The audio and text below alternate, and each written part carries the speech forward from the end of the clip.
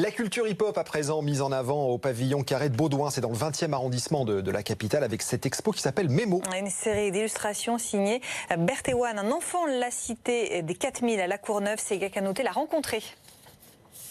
Au bout du couloir du pavillon Carré Baudouin, des murs habillés par le dessinateur Berthéwan.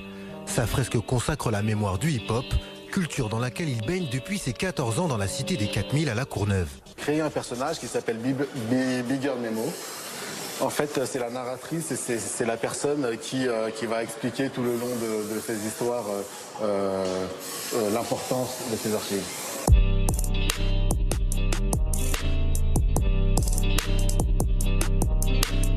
J'ai été très influencé par Cabu, entre autres.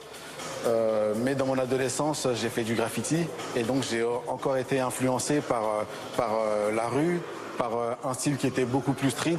Un style street caractérisé par des traits épais comme dans le graffiti.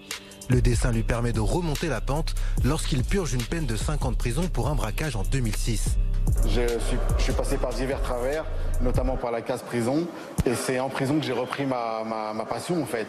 D'une part, j'ai repris d'abord mes études, j'ai passé un bac, puis un BTS, et surtout j'ai repris ma passion première qui était le dessin. Son histoire, il la raconte dans sa bande dessinée L'évasion, une immersion dans le monde de la prison. Avec son association Macadam, l'artiste s'engage aujourd'hui auprès des jeunes. J'interviens à travers mon association dans les écoles, dans les milieux scolaires, donc dans les prisons, dans les médiathèques, etc., dans les maisons de quartier. Si tout le monde peut devenir auteur de BD, je ne sais pas, mais je dirais surtout que tout le monde est capable de raconter des histoires.